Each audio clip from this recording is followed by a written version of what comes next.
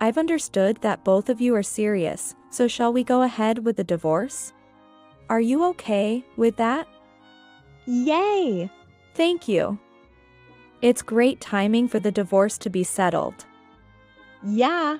Now we can go on next week's trip without sneaking around. Huh?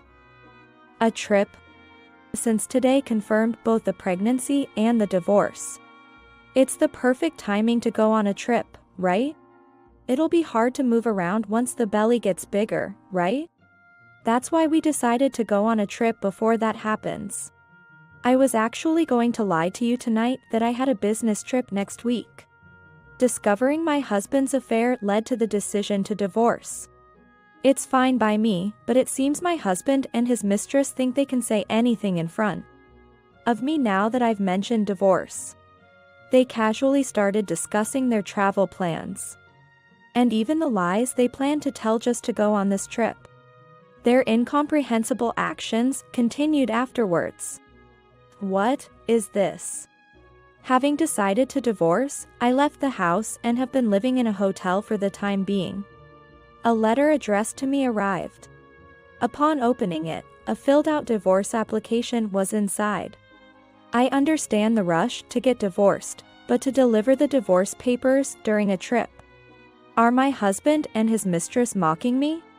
Though I was appalled by their actions. Having the divorce papers in hand sooner works out better for me. So, you want me to file them, huh? Got it. I'll take care of submitting the divorce application and moving out the stuff tomorrow. So don't worry. Dealing with their frivolous attitude towards infidelity and divorce. I decided to make them realize the gravity of their actions. I am Alice, a 36-year-old pharmacist. It's common to assume I've had a long marriage and have grown children at my age. However, my husband Tom and I are newlyweds, having been married for less than a year. Our marriage was considered a miracle by those around us. Partly because I managed to get married at this age. And partly because my husband is 10 years younger and handsome. When announcing our marriage, I proudly showed off photos of my young husband.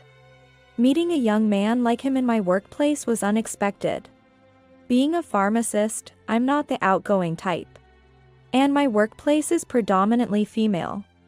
Our pharmacy mostly serves older clients, so young men rarely visit. Thus, I had little opportunity for romance and had surpassed 30 before I knew it.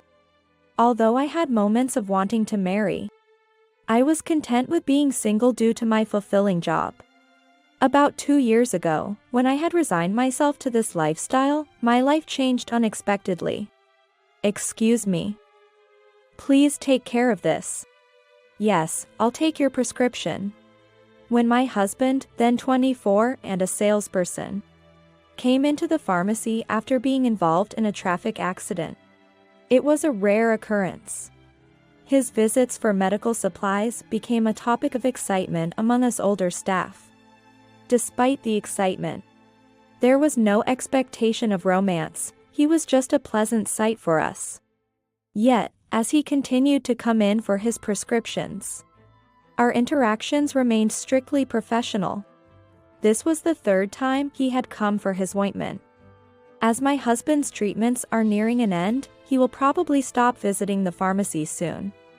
Thinking this might be the last chance for some eye candy, I went to fetch the ointment with the prescription in hand. While searching for the ointment, I noticed a sticky note attached to the prescription. It had a mix of alphabets and numbers, so I thought it might be some work-related number. However, there are never additional instructions written on sticky notes. Curious, I peeled off the sticky note and took a closer look, finding it was labeled as an ID.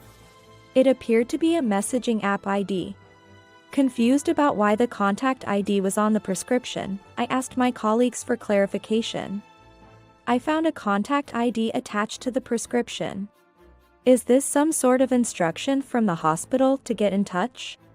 My question made the 3 married colleagues freeze, wondering if I had asked something out of the ordinary. I got flustered until they accused me of bragging.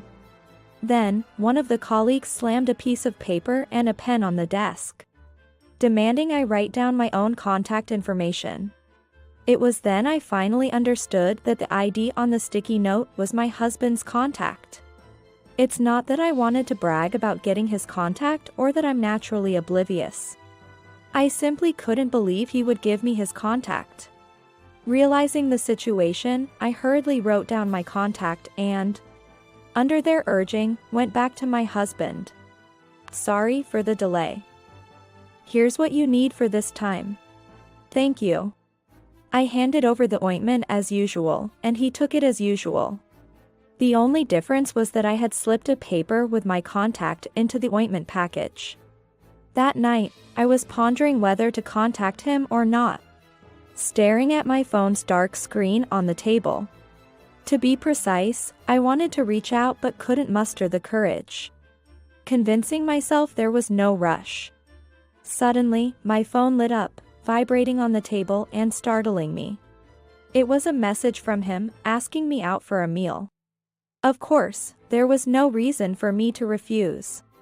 He continued to ask me out, and we eventually started dating, leading to marriage after 2 years. I once asked him why he, a younger man, gave his contact to someone like me. I thought you were in your 20s until our first meal together. What did you think when you found out my age? I was surprised you were older than I thought. Is that all? Huh? That's it. If I like someone, it's natural to make a move, right? He was puzzled by my question, answering it with a counter question.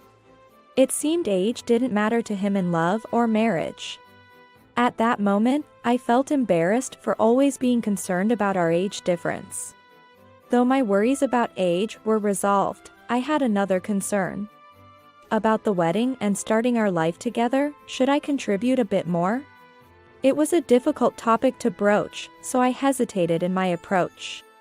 My salary was significantly higher than my husband's. Not because of our jobs, but simply due to our age difference. I wondered if he felt uneasy about earning less than his wife, especially since he was only 26 and likely didn't have much saved up. I felt bad about expecting him to share the expenses for our wedding and new life. Why? We should just split it 50-50ths. I'll work harder from now on. Like my concerns about age, this worry was unnecessary. My husband dispelled all my fears, and by the time we married, I felt completely at ease and genuinely happy. My colleagues and friends all envied and congratulated me on my marriage. I thought we would have a happy married life going forward, but the situation soon began to change. The first 3 months of marriage were blissful. My husband would rush home from work, we'd go out holding hands on weekends, and he helped with household chores. The only thing missing for a perfect picture was a child. Given my age, I'm a bit worried about having children. Since my husband agreed to marry me despite my age, I'm sure he'll understand about the kids. I've decided to put that concern on hold and fully savor our current happiness. Now, 3 months into our marriage, our blissful newlywed life is starting to crumble. Will you be home late again today? Yeah.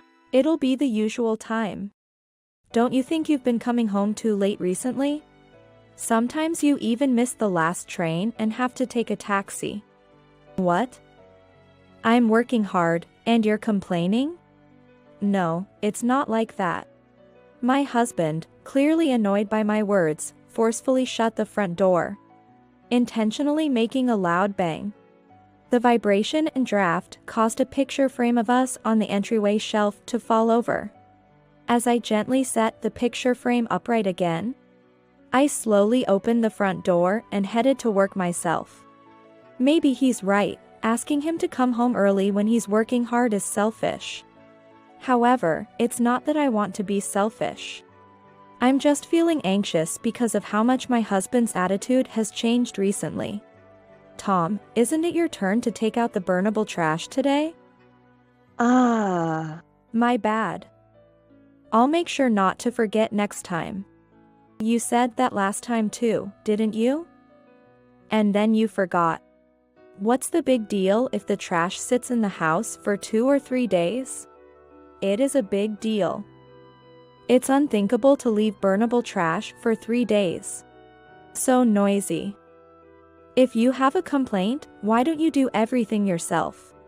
When I complained to my husband, who was lounging on the sofa and fiddling with his smartphone, he made an annoyed face and escaped to the bedroom.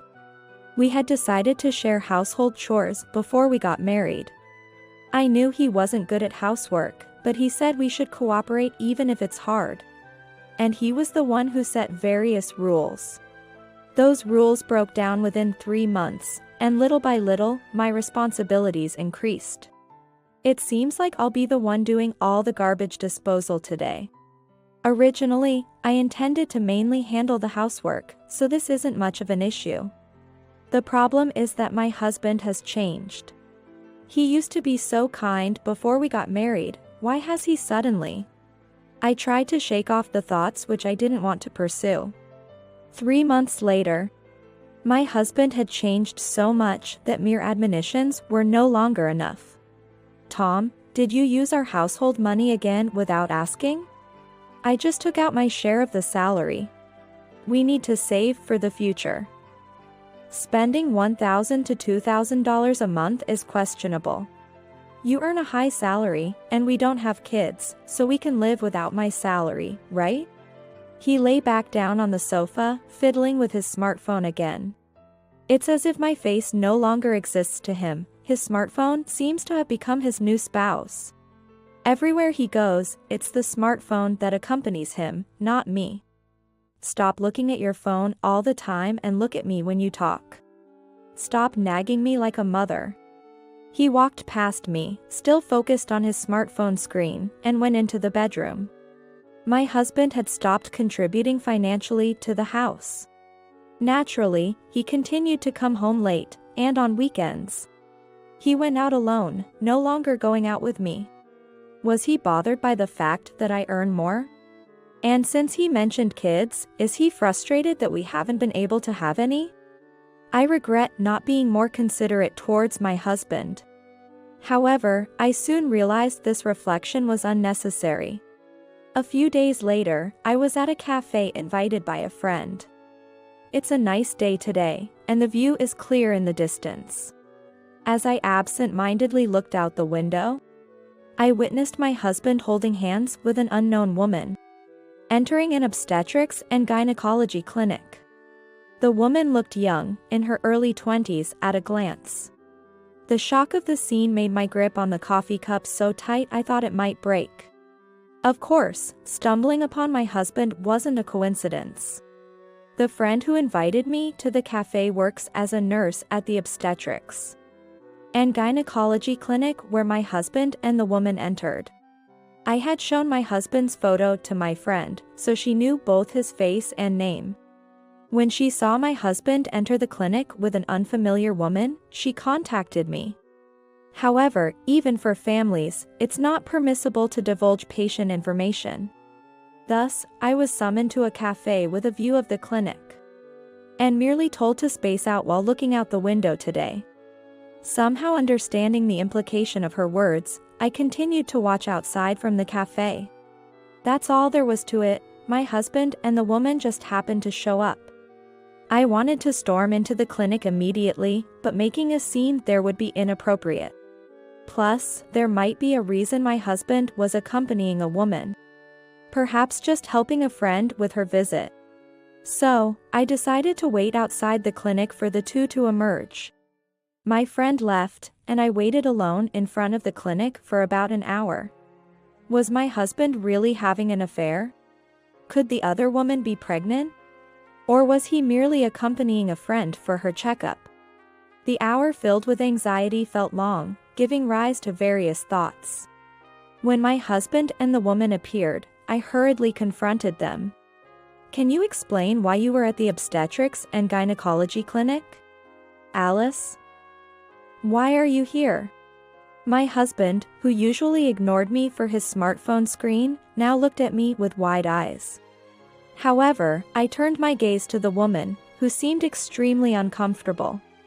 Although not yet confirmed, I braced myself for the revelation of his affair. Let's move to somewhere we can talk, shall we? I pointed to the cafe where I had been with my friend earlier, and led my husband and the woman there.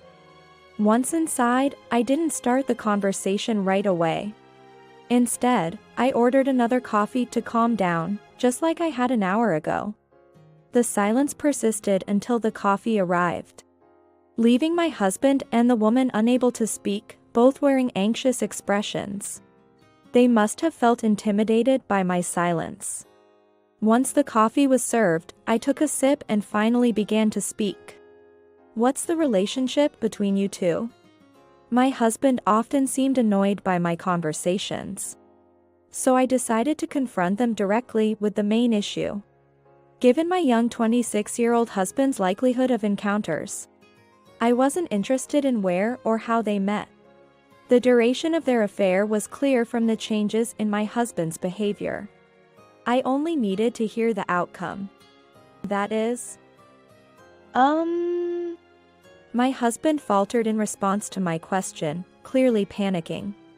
At this point, the answer seemed quite obvious.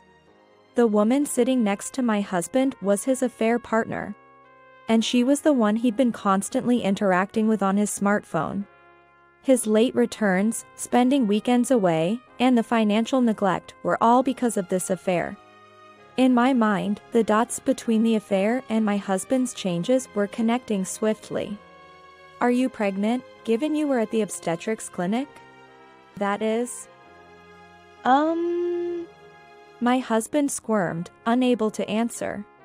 Growing frustrated with his silence, my irritation showed as I began to drink my coffee more rapidly. Just as I was about to demand a full confession, the woman, not my husband, spoke up. There's no point in hiding it now that it's out, so we might as well clear things up. That is, but nice to meet you, I'm Emily. Tom and I are in a relationship. The previous test wasn't clear, but today's test confirmed that I'm 6 weeks pregnant. I was taken aback by the affair partner's sudden admission of the truth, my hand stopping midway as I was about to drink from my cup. The earnestness in Emily's eyes was palpable. Perhaps she sees me as a barrier or a final boss that must be overcome for her to be with my husband. While I understand their seriousness, to me, it feels like nothing more than brazen defiance. Hearing the words of my husband's lover only emboldened him further into defiance. We are serious about each other. I truly feel bad about this. But could you divorce us for our sake? Tom. You've made it clear. Thank you. But it's going to be tough from here. Divorce, childbirth, starting a new life, there's a lot to do. As long as I'm with Tom, it will be okay. My husband's attempt to play the tragic hero made me feel as though I truly was the final boss in their story. I knew when my husband fell for someone, he pursued them single-mindedly. Yet, if a new love arises after marriage, it's crucial to proceed with the proper steps. I sighed, looking out the window at the obstetrics clinic. In the end, it seems age was indeed a factor in marriage. This is not to say that age gap marriages are bad, but rather a warning against marrying someone with the emotional maturity of a childlike lover. With the affair and pregnancy revealed, I'd rather be the one asking for a divorce. Yet, seeing their lack of remorse infuriates me. I can't let them just defeat the final boss and have their happy ending. It's time they understand the seriousness of their actions, including the affair and divorce. First, I must express my willingness to divorce. Since you two seem serious, shall we proceed with the divorce? Is that okay? Yay! Thank you. Their loud cheers and embrace drew attention from around us. I wish they'd remember we're in a cafe because I'm feeling embarrassed. It's great timing for the divorce to be finalized. Yeah.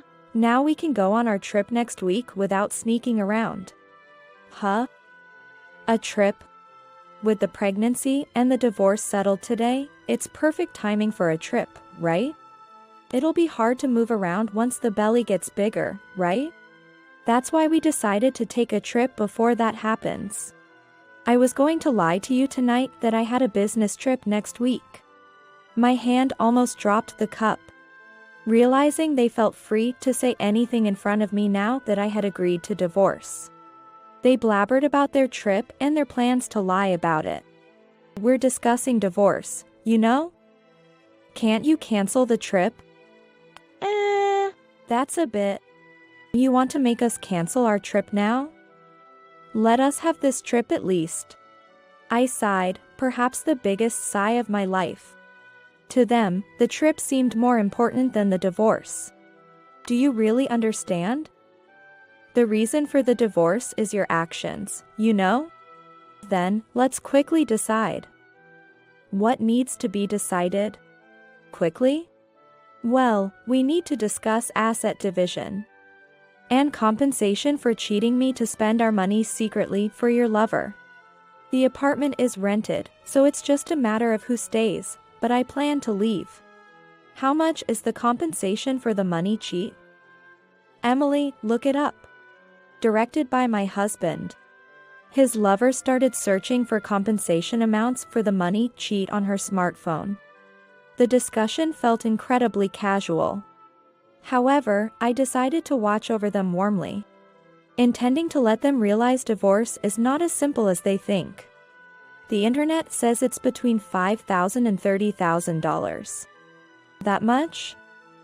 Can we settle for $5,000? I'm not an expert on the law, but that seems too low.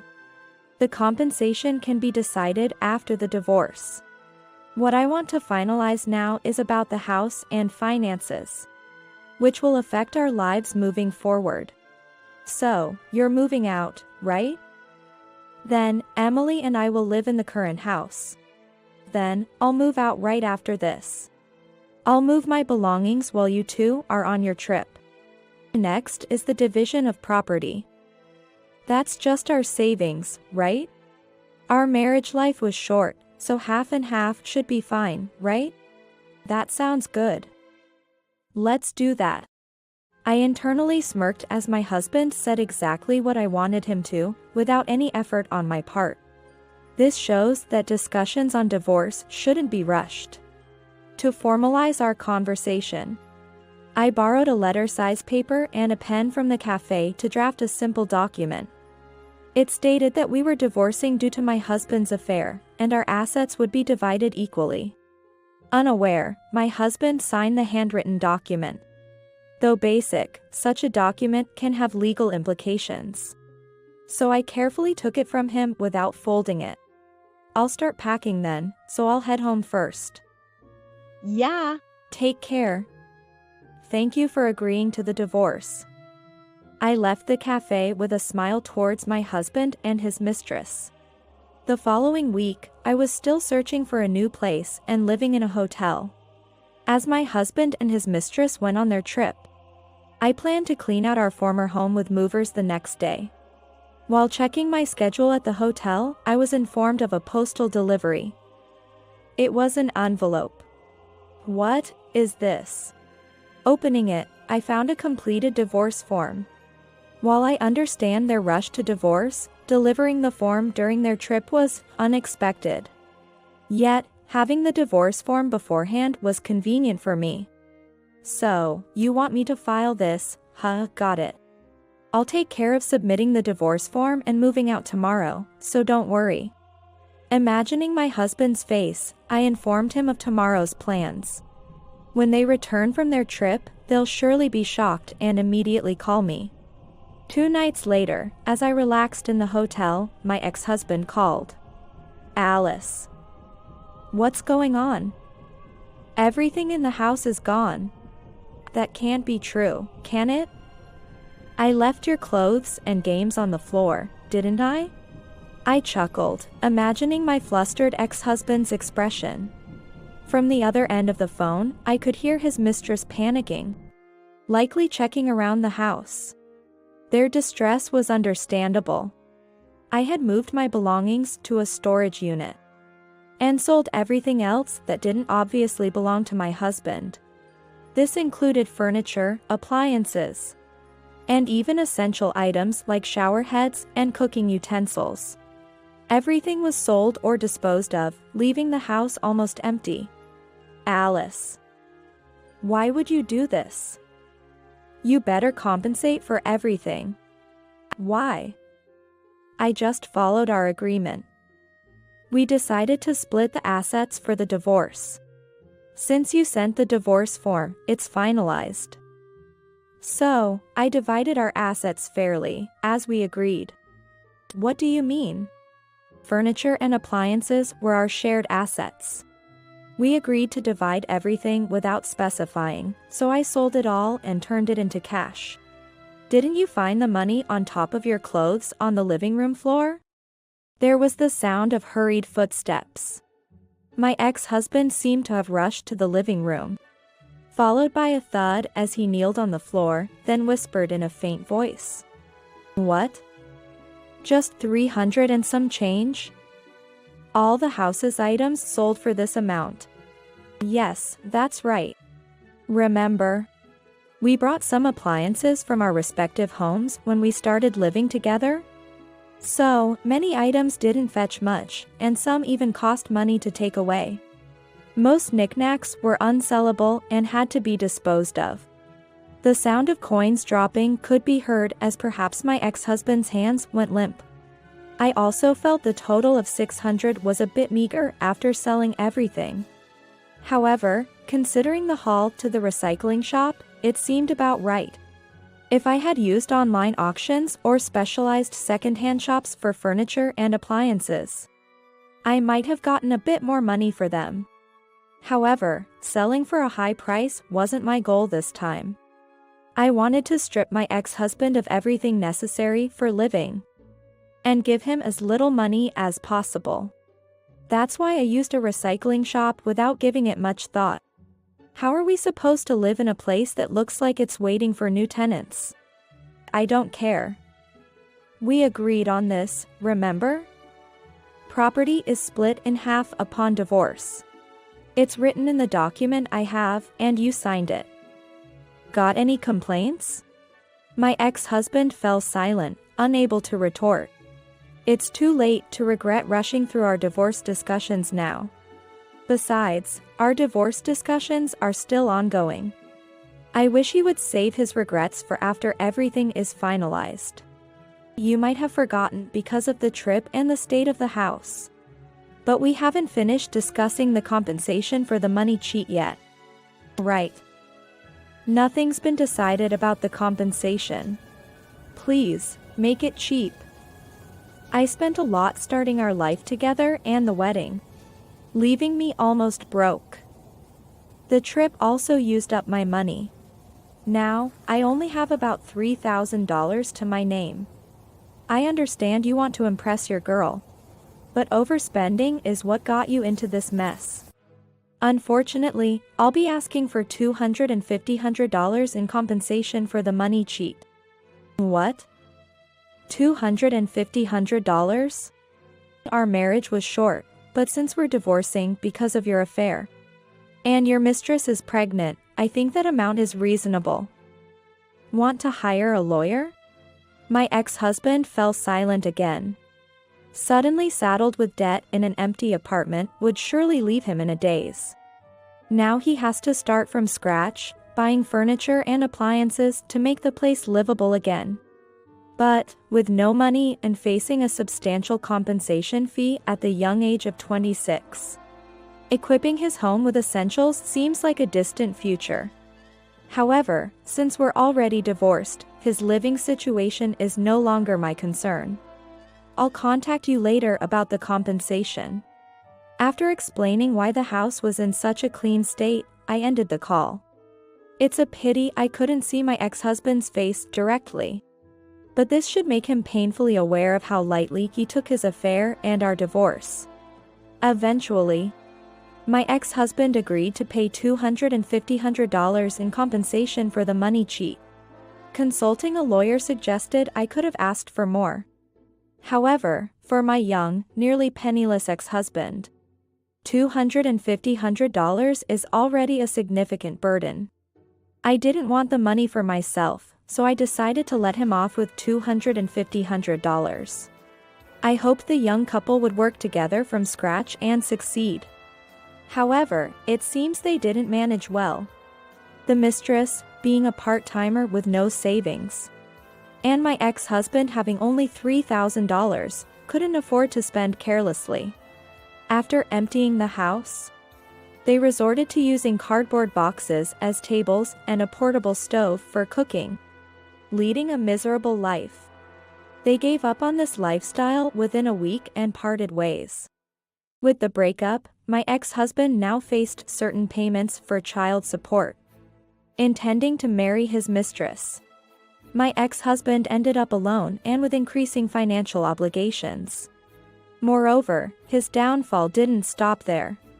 While on their trip, he posted photos with his mistress on social media, announcing his divorce from me and plans to marry her. Naturally, this led to awkward questions at work. Though divorced, once they broke up, he had to explain why. Though he evaded questions, rumors about the affair, pregnancy, compensation, and child support spread, as is often the case. With his reputation tarnished at work, my ex-husband found it impossible to continue his job and resigned. Now, he must find a new job soon to pay for the compensation, child support, and living expenses. While being passionate and straightforward in love is often seen as positive, considering my ex-husband's actions and current situation, it's debatable. This experience taught me a lot. Some are suited for love, while others are not. Perhaps both my ex-husband and I fall into the latter category. Today's world offers various forms of happiness beyond love and marriage. For now, I'm content with my work and devote myself to it daily.